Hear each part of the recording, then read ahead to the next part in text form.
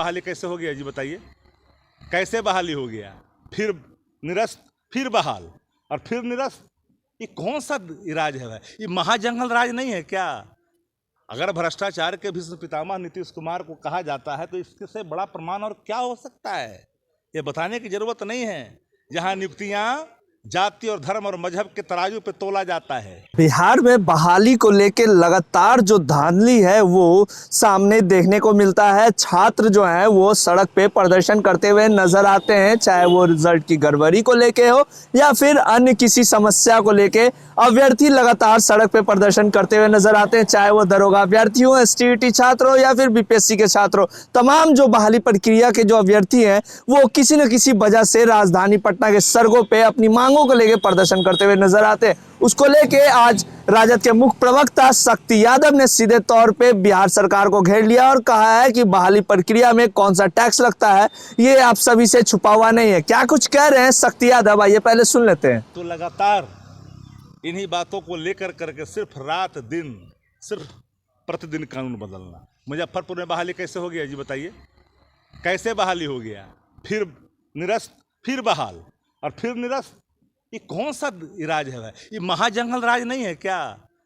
अगर भ्रष्टाचार के भीष्म पितामह नीतीश कुमार को कहा जाता है तो इससे बड़ा प्रमाण और क्या हो सकता है? ये बताने की जरूरत नहीं है।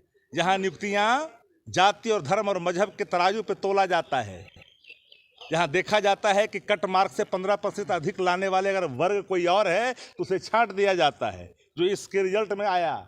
आप देखिए कि दरोगा के रिजल्ट में कट मार्क से 15% अधिक मार्क्स आने के बावजूद भी रिजल्ट रोके गए। लेकिन जाति विशेष के लोग को देखिए, एक रूम, एक सीरीज, एक वर्ग, एक खून का रिजल्ट निकला। वो निकलवा करके देख लीजिए ना सही भर्तियों में क्या हो रहा है।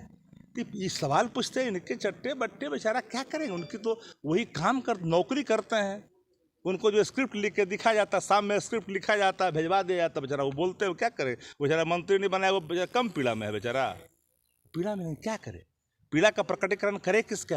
अपन हारल मेहरी के मरल कोई कहता है किसी से? बेचारा दम घूट कर। तो आपने सुना सीधे तौर पे शक्ति यादव का कहना था कि जिस तरीके से बहाली में धांधली होती है ये पूरी तरह से जगजाहिर है कि बिहार में कौन सा टैक्स लगता है और किस तरीके से बहाली होती है। दरोगा अभ्यर्थी की बात कर ले या फिर एसटीईटी छात्रों की बात कर ले या फिर अन्य किसी कॉम्पिटिटिव एग्जाम के छात्रों की बात कर ले, तमाम जो एग्जाम होते हैं उसमें धांधली होती है। और जब बहाली की बात होती है तो बहाली में पैसे लेके बहाली किए जाते हैं और जो मेरिट लिस्ट पे जो छात्र होते हैं उनका नौकरी नहीं होता है। बड़ा सवाल खड़ा कर दिया है शक्ति यादव ने बिहार के बहाली प्रक्रिया को लेके और सीधे तौर पे बिहार के मुख्यमंत्री पे तंज कसा है। वहीं दूसरी तरफ उन्होंने कहा है कि जिस तरीके से मुख्यमंत्री दिल्ली गए हैं आंख का इलाज कराने, अगर आंख का इलाज हो जाता है तो बहुत अच्छा, उनका आंख ठीक हो। वहीं दूसरी तरफ उन्होंने ये भी कहा है कि देश के प्रधानमंत्री से अगर मुलाकात होती है तो बिहार को सेंट्रल यूनिवर्सिटी का जो दर्जा, पटना यूनिवर्सिटी को जो मांग था उसमें थोड़ा सा दबाव बना के फिर से पटना यूनिवर्सिटी को सेंट्रल यूनिवर्सिटी का दर्जा दिलाने की मांग करेंगे। अब देखने वाली बात है कि शक्ति यादव के इस बयान के बाद क्या कुछ प्रतिक्रिया जेडीयू से आती है। इससे जुड़ी तमाम अपडेट्स लाइव बिहार देते रहेगा। अभी के लिए इतना ही, नमस्कार। लाइव बिहार यूट्यूब पर सब्सक्राइब और फेसबुक पर लाइक जरूर करें।